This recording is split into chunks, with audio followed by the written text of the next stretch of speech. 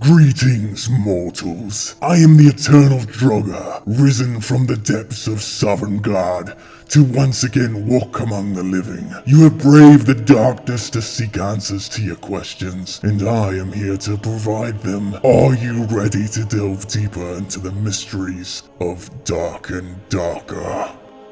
Hello and welcome to part 2 of my video series. In today's episode, I'm featuring a Q&A with the developers of Dark and Darker. I've selected some of the most interesting and important questions from the community and can't wait to share the answers with you. If you'd like to read through all of the questions and answers, you can find the link in the description below. Without further ado, let's get right into it. Question: will you make it possible to trade between our characters? Answer: we do not intend to make moving items between characters easy. In the meantime, we want to focus on making the current trading post more comfortable. So in our last playtest, we were able to transfer items between different characters by using the trading hall and getting assistance from a friend. While this was a useful feature, it would be even more convenient if we had a shared stash that was account bound, similar to what is available in Diablo 3. This way we could easily move items between any of our characters without needing any additional help.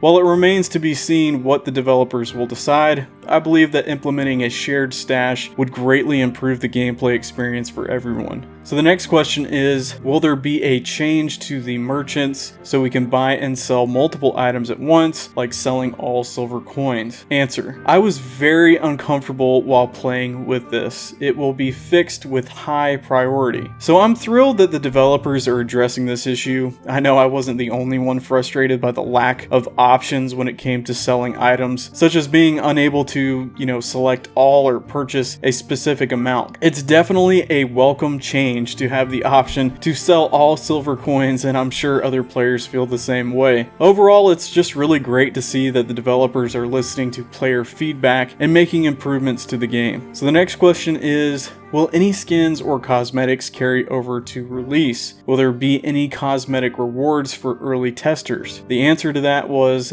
that's not in the plans yet, but we think players will like it. So I hope that the skeleton skins and the blue flaming torch, which were both rewarding achievements during the playtest, will carry over to the official release of the game. It would be a shame if all of that hard work put into unlocking these items went to waste. It would be a nice gesture for the developers to give early playtesters a unique cosmetic reward as a way of thanking them for their support and contribution to the testing process. So here's hoping that these things come to fruition. Next question is, will there be a way to increase stash size? Answer: there will be a way, however, we're still thinking about how to provide it. So it would be great if we could purchase more storage space in a similar way to how it's done in Diablo 3, where you can buy additional treasure chest icons to represent the extra space. Alternatively, as this game has a more, Dungeons and Dragons style, it would be fitting to have the option to buy different sizes of bags of holding, similar to how they are in the D&D universe. So you have small, medium, and large bags could be offered at different price points, with the larger ones costing more due to the increased storage capacity. This would give players more flexibility and convenience when it comes to managing their inventory. So the next question is, how do you feel about the current class balance? Answer: in a less developed state, balance doesn't mean much. Class balance doesn't matter right now, at least for me. For example, rangers are not nerfed, it's just that a feature that wasn't implemented initially was implemented, so they were adjusted. So at this point in the development process, I'm not concerned about balancing issues since the game is still in alpha. It would be more appropriate to revisit this topic closer to the release date, or once a beta version becomes available for testing. Until then, we can continue to provide feedback on other aspects of the game and look forward to seeing how it evolves. So the next question is, what new spells are you adding to Wizard? Answer: Meteor Swarm. That's a joke. We will not comment on this yet. Could y'all imagine a wizard using Meteor Swarm? Some poor cleric praying and then just I'm excited to see what other spells they put in the game. So the next question is, are there any plans to add low-level spells to other characters like you may see in Dungeons and Dragons? Answer: Rangers can have spells. I'm thinking of implementing it through artifacts rather than each class having spell casting. For now, expect wands and scrolls. Development will take some time. So while it's unclear at this point how magic wands and scrolls will be balanced and integrated into the game, it's certainly an interesting development that will likely require some testing and feedback from the community to fully understand its impact. So only time will tell if this new feature will be a positive addition to the game or if it will be overpowered.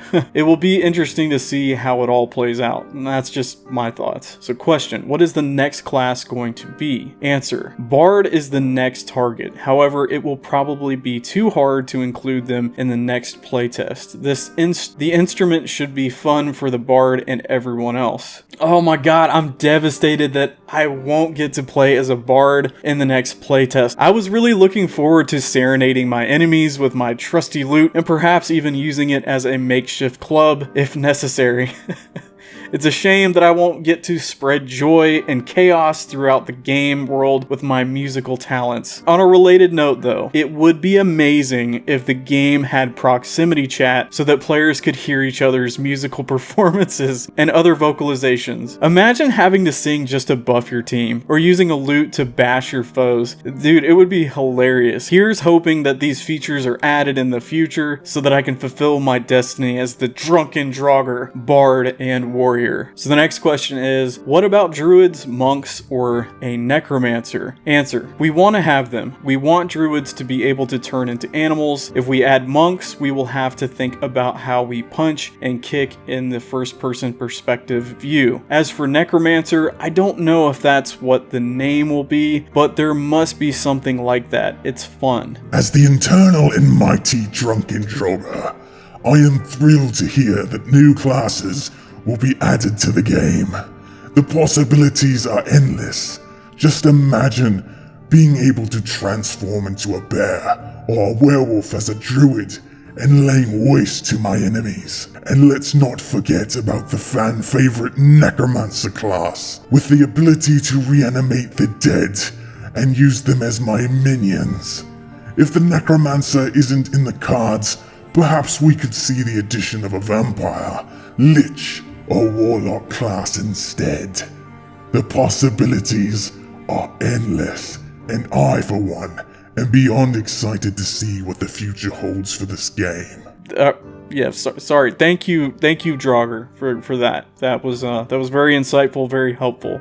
So the next question: what do you think about the current drop rate balance? Answer: we are adjusting the game contents according to the test period. Yeah, I don't really have anything to add to that. That's cool with me. Here's another question. Cleric starting stats are 1 less than every other class. Is this intended? Answer: this was a mistake and will be fixed. So all you clerics out there, this will be taken care of in the next playtest. So the next question: will we get more magic resistance? Answer: adventurers will need it. It's a very short answer, but it has a lot in it. So I'm speculating, but it seems that magic resistance will be a key factor in future boss battles, as these encounters may require it in order to survive. Even if you are a close range class, you may still need magic resistance against magical enemies, including other players who have access to powerful spells like Meteor Storm. This is especially important for classes that prefer to fight up close and personal, as they will be more vulnerable to magical attacks. It's important to be prepared for these challenges and have the necessary defenses in place. So magic resistance seems like a great idea to me. Question: will anything be done to prevent players from cheesing monsters/bosses on higher elevation or with Pavises? Answer: the AI needs upgrades. It will take some time. Listen up, game developers. We've got a serious problem on our hands. It seems that certain players, YouTubers, have figured out how to completely cheese the AI of certain enemies, like the Wraith and Skeletal Champion. Even I, the all-knowing Draugr, am not immune to the lure of an easy victory. Time to upgrade the AI and show these pesky cheesers who's boss, pun intended. And once again, thank you so much, Draugr, for your input. The next question. Will the combat system be made more complex with things such as feints, stamina mix-ups, etc.? Answer. The current state is the intent. There is a possibility that some more interesting things could be added. I can tell you that I really hate stamina systems. We also don't want all melee classes to play with parries. We don't have plans yet. So I'm all for a good brain-bashing zombie massacre, and let's be real, unlimited stamina is a necessity when it comes to those pesky skeletons. The combat system in this game strikes the perfect balance between simplicity and complexity. Even the most inexperienced of players can sit down and have a blast, while seasoned veterans will find plenty of depth to sink their teeth into. All in all, I'd say the combat system is top-notch and ready to rumble. So the next question is, how will the final game play? Will we start in B1, then port to B2, then port to B3? Answer. I do not know. This is hard to answer. I can say that I'm thinking about the 3 layers. I think the difficulty of the first floor will be similar to the current B2. I fully support the idea of a 3-layer dungeon system. The difficulty of B2 for the first layer of B1 seems like a good starting point, and I would enjoy the challenge increasing as I progress to the second and third layers. Overall, this concept sounds like a great addition to the game. So the next question. Will there ever be more maps and bosses? Answer. Yes. We want to add as many maps and dungeons as possible. Bosses must also appear constantly. I am dreaming of a dragon boss like on the High Roller art. I guess I can say this. The Lich and Ghost King are not B3 level bosses. They were the bosses of B2. They have been living there for some time now. More maps and bosses on the way? This is exciting news, my friends. Now let's talk about this High Roller Dragon. That's what I was hinting at in part 1 of the last video, and if you haven't watched that first video, be sure to check that out. So could the High Roller Dragon be the ultimate B3 dungeon boss? I mean, just think about it. The Lich and Ghost King were just B2 level bosses, and they gave us a run for our money, or at least they did for me. Imagine what a B3 level boss could do. But let's not forget about the real boss here, the Drunken Draugr. Yes, that's right, yours truly. The longer you try to fight me, the more drunk you become until you collapse in defeat. None shall defeat the Drunken Draugr.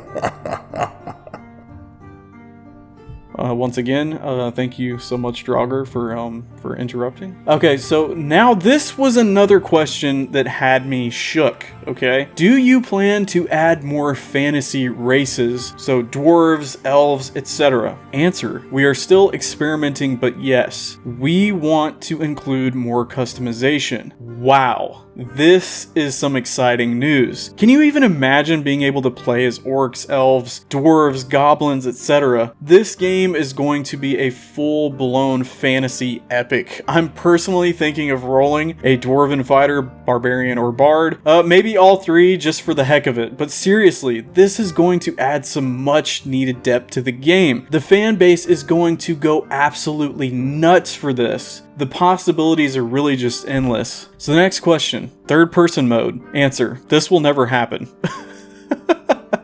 I love how short and direct that answer is. Alright, the next question is solo queue. Answer, not yet. There's something I'd like to experiment with a bit more. Solo queue, huh? Honestly, I'm on the fence about it. On one hand, it's great for grabbing loot and getting out quickly, but on the other hand, playing with other people is where the real fun of the game is at. Finding new friends to group up with and conquer challenges with is just the best in my opinion. But hey, if solo queue is your thing, more power to you. And who knows, maybe joining a guild could be a good way to find other like-minded players to tackle the game with. It's worth considering. So the next question is there a plan for guilds? Answer, guilds will exist. However, implementation is far away. I think this is an excellent idea, and I don't really feel like I need to elaborate any further. Like, heck yeah, I'm all for guilds, dude. So the next question is, will there be a flying carpet? Answer, I am very interested in letting players fly. What? What?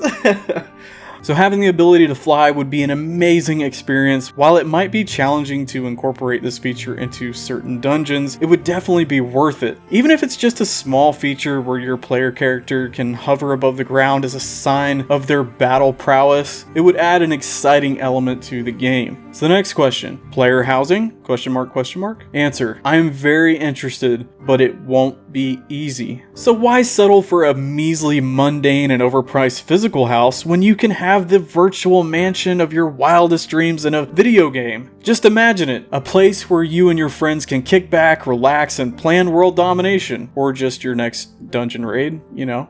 Plus, think of all the cool stuff you can decorate with the in-game items you earn from completing epic quests, rare drops from tough bosses, and all the virtual knickknacks your heart desires. It's like real estate, but without all the pesky mortgage payments and pesky physical maintenance. Elder Scrolls Online, anyone? Freaking love that game too. Anyway, enough of me trying to be funny. The next question. Will we ever be able to upgrade characters past level 20? Answer. There are a few plans for this. All I can say currently is we are interested in multi-class, but we're going to approach it with caution. And again, I don't really have anything to add here.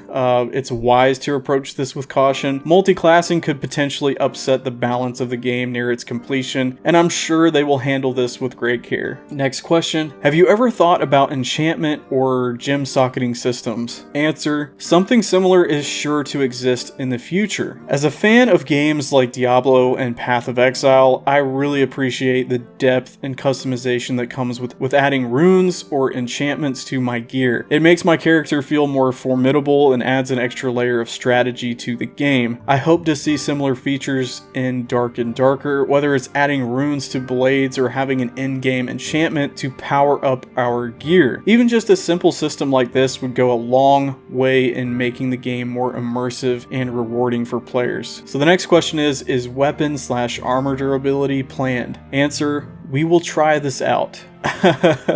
Personally, I think weapon and armor durability is a bit of a pointless feature in a game with infinite stamina. It just doesn't make sense that my character could run around all day without getting tired, but their sword shatters after a few swings. You know what I'm saying?